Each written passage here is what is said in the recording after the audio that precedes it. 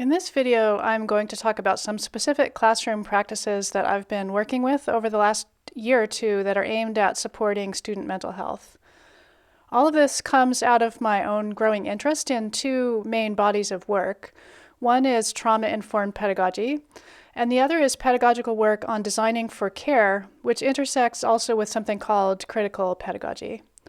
All of these approaches are especially about how to build inclusive learning communities. We have a bibliography of resources on all of these topics on this website. So if you want to learn more about what I'm talking about, you can look there. In this presentation, I'll start by saying just a few words about why we should care as higher education teachers about trauma and what trauma-informed teaching is about. And then I'll say a few words about a related approach, designing classrooms for inclusivity and care. In all of this, I'm really standing on the shoulders of some powerful and pioneering colleagues who can talk about these things much more articulately than I can. So I'll refer you to their work, where you can learn a lot more about these ideas and practices. And then I'll get into some specific principles, assignments, and forms of assessment that I've been using in my classes in the field of Buddhist studies. So what is trauma, and why is it important for us to know about it? Trauma has many definitions, but a concise definition is that trauma is an experience that overwhelms our ability to cope, has lasting negative effects, and changes perceptions of safety and danger. Trauma causes several changes in the brain that physically interfere with learning, cognitive processing, emotional regulation, and social engagement. So, for example, when we are triggered by something, the brain enters a kind of survival mode, and the prefrontal cortex, which is responsible for learning and executive functioning, shuts down. Because of these physiological changes, trauma-exposed students are more likely than others to get poor grades, to skip class, and to quit university or college before graduating. Students might have trouble focusing, speaking, remembering things, interacting with instructors, or relating to peers. For trauma-exposed instructors, these brain changes similarly affect our teaching. So what then is trauma-informed teaching? Trauma-informed pedagogy is simply an understanding the effects of trauma on students and educators, and practicing methods that prevent harm and promote flourishing. Why should we care about this? What I'd like to emphasize here is that understanding this is about providing accessible education for everyone. There are two core bodies of work that are the inspiration for my classroom work that I'll mention briefly now to contextualize the practices I'll describe. One is trauma-informed pedagogy, but the other is work on how to build inclusive learning communities. Jesse Stommel's work has been really influential on me, and he pointed out in a recent workshop that educational institutions are spaces for learning, but specifically they're spaces for social learning. So our role as educators and administrators of educational institutions has to be focused on building community, in addition to offering courses, designing curriculum, and credentialing. Public discourse may make us think that trauma is rare, but the exception to the rule, but it's not. Trauma was widespread even before 2020. According to studies in the US from the 2000s and 2010s, 66 to 94% of college students and 70% of all adults have trauma histories. As you probably know, in 2020, people have been stressed in extraordinary ways. But this is especially true among certain populations, like healthcare and other essential workers, people who've had or whose loved ones have had COVID, Black and brown communities, working class people, and so on. And our students often fall into many of these categories. Robin Phelps Ward says, as a professor who studies racial marginalization in post-secondary education, I find that few traumatic events and situations like school shootings, alcoholism, or sexual violence occur by happenstance. Many are rooted in systems of oppression such as racism, sexism, classism, and homophobia. So as educators, we have to acknowledge that past and current experiences of trauma are a reality for our students, especially the most marginalized, including students of color, LGBTQ2S+ students, international and ESL students, undocumented and low-income students, and those with disabilities.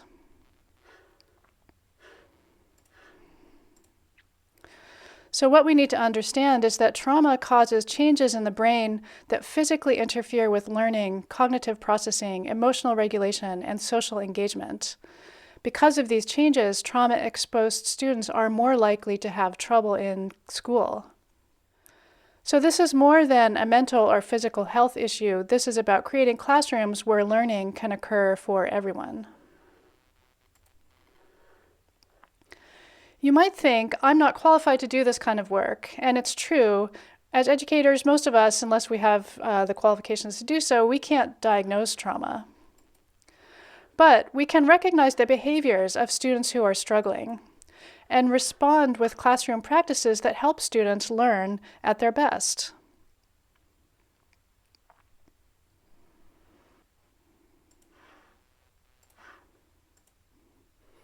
I gather also that some people seem to think this, that caring about our students isn't rigorous. On that concern, I can refer people to scholars like Catherine Denial, the Bright Distinguished Professor of American History, Chair of the History Department, and Director of the Bright Institute at Knox College. She wrote the following in an article in Inside Higher Ed. There's no such thing as an objective professionalism, for example, that exists outside academia's history of privileging the presence of upper-class white men above that of all others.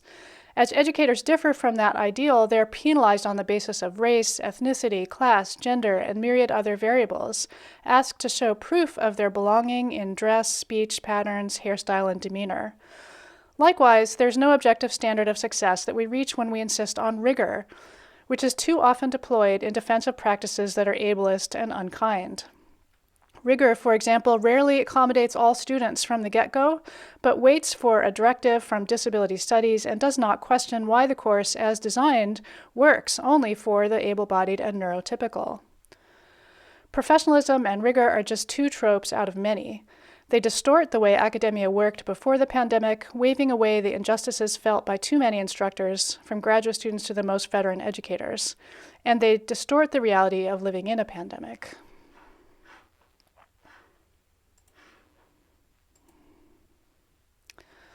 So before we go on to talk about some specific ways to create a community of care in the classroom, I should say that the first thing has to be to take care of yourself. I'm sure that over the last year, many of us have been working to manage some of these symptoms in ourselves or with other people we know.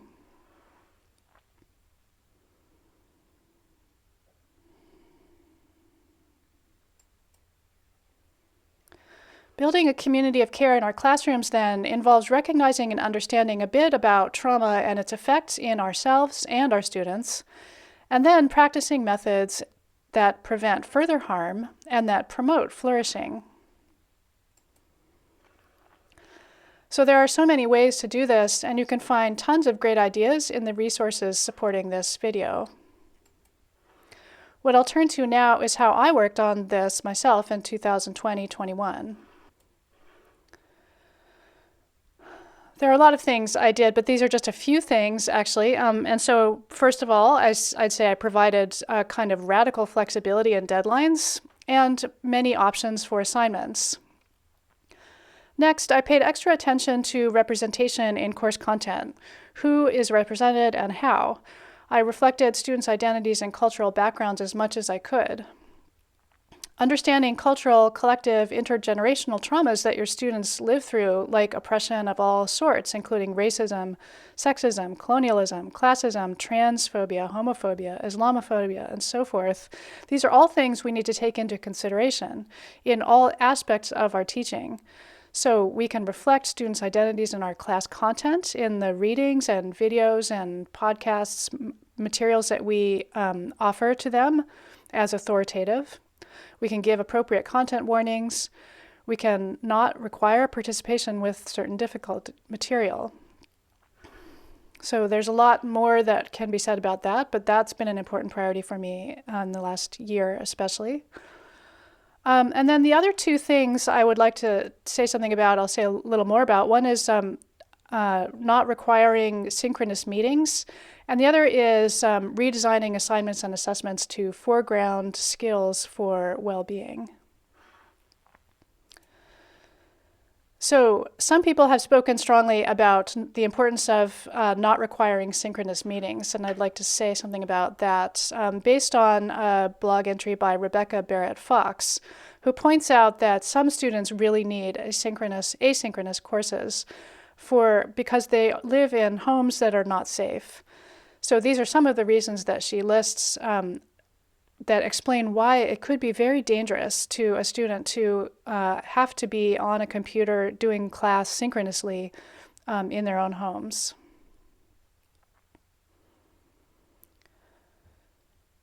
Note too at the end that she points out that telling students to add a Zoom background or some kind of background doesn't fix this, because these don't work on all computers. They use up computer resources if students have older computers, and importantly, they don't prevent others from appearing on the screen, actually, and they also don't prevent others from seeing that you're in class as a student.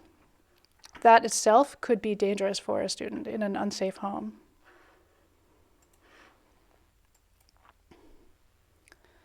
So in the remaining time, I'll give some examples of how I redesigned my assignments and assessments to foreground students developing skills for well-being. I'll describe 5 assignment types that I used in the past year, and then I'll conclude with just a few comments about assessment. So what I've done in each of my classes is totally redesign my assignments and assessments to focus on these well-being skills, and I'll go through some examples of this one by one. The first is audio walks. So each week in my classes this past year, I've been providing one or more audio lectures, either by me or one of the authors we're studying. Students are strongly encouraged to listen to these audio lectures while out walking outside. Many students are aware that they're spending way too much time on their screens, especially now, and they quickly do learn that walking outside regularly is a really great self-care activity. To contextualize this assignment and hopefully motivate them to do it like this, I provide students with some research that shows how you can think and problem solve better while on a long walk. So unless they really can't go out, they're asked to download the audio lectures on their phone, put on headphones, and go for a walk while they listen to these lectures. I've done this in a number of classes over the last several years.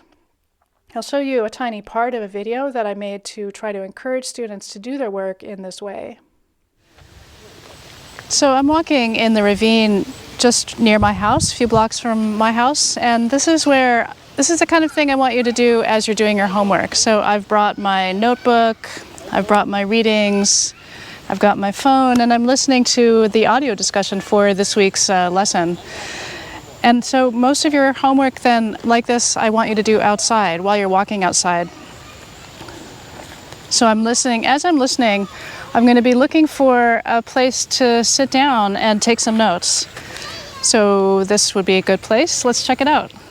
So this is a specific skill for well-being, walking outside, ideally in nature, that I've integrated into the class as an assignment. My second example is these 2 5-week breath practice series that I taught in a class last fall that was called Biohacking Breath. This class was held online entirely. In this class, students did 2 intentional breathing practice series at home, each for 5 weeks for at least 15 minutes per day, at least 5 days a week. The point is to have this circle. You want to feel as if there was a ball in that sitting place. Bring your body around that ball. Don't collapse. They followed instructions that were provided by experienced practitioners, and they kept a record of their work in a practice log, which documented what they did, how long they spent doing it, and how they felt it to have or not have an impact on their life or schoolwork. Then they reflected on the experience more substantially in their reflective journal writing assignments, where they integrated the practice experience with course readings. So this is also an example of a specific skill for well-being that I integrated into the class as an assignment. And in this case, I actually designed the whole class around that skill itself. The next example is microphenomenological reflection. This is a writing assignment. So in these writing and thinking assignments, students think about their changing or multiple understandings of things like self or experience in relation to course materials and their own lived or embodied experiences. This is a practice of active philosophical thinking in which students deeply consider subjective experience in the context of their own historical, social, educational, and cultural circumstances.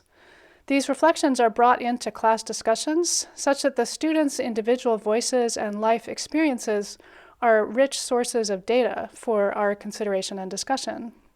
This kind of work is familiar in some philosophy and cognitive science courses and research projects, where it's sometimes called microphenomenology, which is a subdiscipline that facilitates close exploration of lived experience. This experiential module or practice was implemented in 3 of my classes over the last year or so. So as far as the principles of trauma-informed teaching, this, which are listed here, this assignment for me facilitates several of these. It facilitates student empowerment by allowing students' own voices and experiences to stand at the center of their learning and indeed of the classroom learning. It also supports experience of safety and trust in the classroom, since it demonstrates that what they think really matters to me. And student empowerment, safety, and trust can also help facilitate resilience, growth, and change, as well as action towards social justice. So this has been an important type of writing assignment in my teaching over the last few years, actually.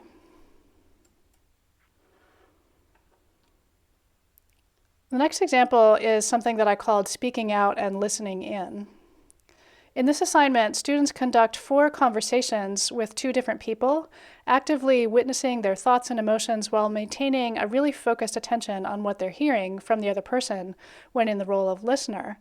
And then I created a short sample of this kind of exercise, which I included in a video that I made that described the course and its assignments before the course started. And here's a little clip of that. Well, I guess as you know, I went to the University of Victoria's acting program, and I had a kind of a rough time there. Yeah, being the only disabled person in the program, and not being really accepted, sometimes because of that, and sometimes, for other reasons. But anyway, this one time, I guess as you know, I can't use my right hand, so I need to have people help me tie my shoes. And one of the people in the program accused me of harassment for asking to tie my shoes, something I physically can't do, and it was very scary and very sort of traumatizing, because it's not something I can control, and I just need help, and I guess my feeling is like, because that person said that they were uncomfortable with the idea of tying shoes, which I think is fine, but I don't think you then need to accuse someone of harassment for asking. I think that's going too far. Yeah. And so it was a very scary thing, and I didn't get a lot of support from people when that happened, because everyone sort of assumed it was a man-woman thing as opposed to a disabled person and a able-bodied person thing. Right. And so, I don't think people are used to thinking that way. So, Right. Yeah. I'm sorry that happened. Yes.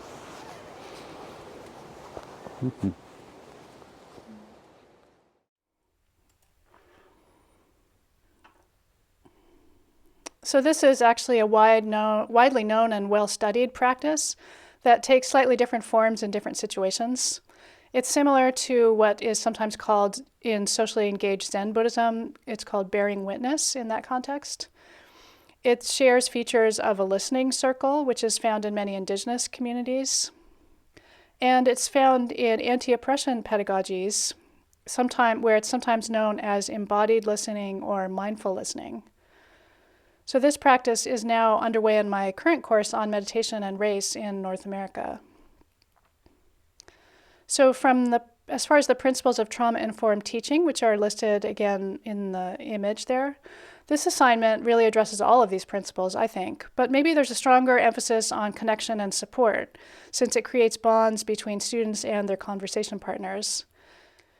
In my view, I'm trying to think not only about creating community in the classroom, but also about creating opportunities and teaching skills for students to learn to build connection and community with other people outside the classroom. Finally, the fifth example is the self-care assignment that is now underway in my course. This is worth 15% of their final grade, and they'll be self-grading it.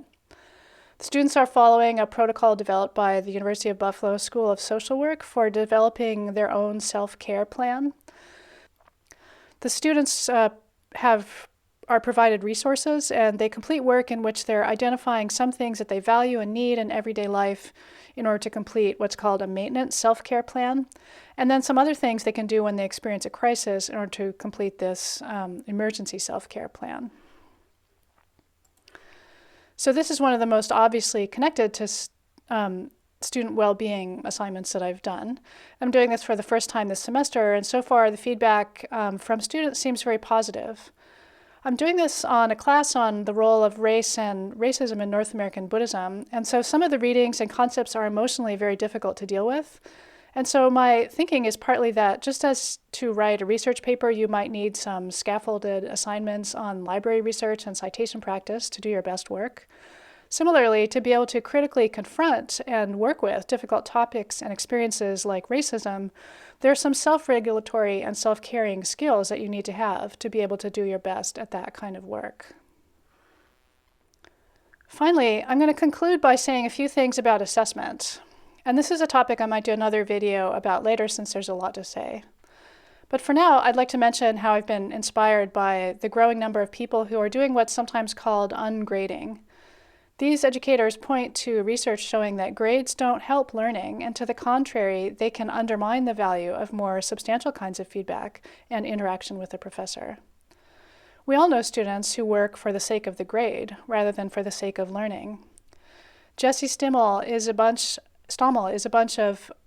one of a bunch of people working on what's called critical pedagogy, and he starts with these questions. Why do we grade? How does it feel to be graded? What do we want grading to do in our classes?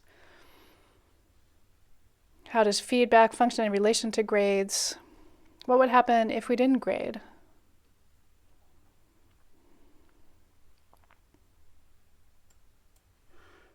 Stommel talks about how grades pit students and teachers against one another, how they rank students competitively. They reduce the humanity of students to a single low-resolution standardized metric, and they frustrate learning with approaches that discourage intrinsic motivation. There's also a lot of research about how grading can reinforce bias against marginalized students, and overall about how it fails to trust students' knowledge of their own learning. So Stommel's work and a bunch of other research that you can find on his website show overall how grades reinforce teacher-student hierarchies and institution-teacher hierarchies, while exacerbating other problematic power relationships. Women, people of color, people with disabilities, and neurodiverse people are all ill-served by this destructive culture of grading and assessment, he says. In the fall semester of 2020, I did my first experiment with ungrading, and I was surprised to find that taking grades out of the picture, at least partly, enabled a radically different vibe in the course community. And I think it enabled a different kind of conversation to emerge between me and the students. Combining some of the kinds of assignments I described earlier in this presentation with a self-assessment dialogue between each student and me throughout the semester, I found that the course felt super vibrant with curiosity and enthusiasm, more so than usual. And surprisingly so, given that we were entirely online and I never even met a single one of the students in person. There are lots of models of assessment other than grading, such as self-assessment and what Jesse Stommel calls process letters, where students are asked to reflect on their own learning. There are also other models like contract grading, e-portfolios, or peer assessment. What I've experimented with so far is a kind of ongoing self-assessment, where students fill out detailed questionnaires about their learning throughout the semester, and I respond to those. So I'm getting to interact with them about the course material in the regular work of each assignment, but then also with them about their process of thinking and learning, and how that changes as they reflect on it over the semester. To me, that feels so rich and rewarding, and like a real educational experience. So thank you for listening. If you want to learn more about these kinds of ideas, there are lots of amazing scholars working on this, and I've included some highlights to get you started on our Community of Care webpage. I look forward to hearing from you.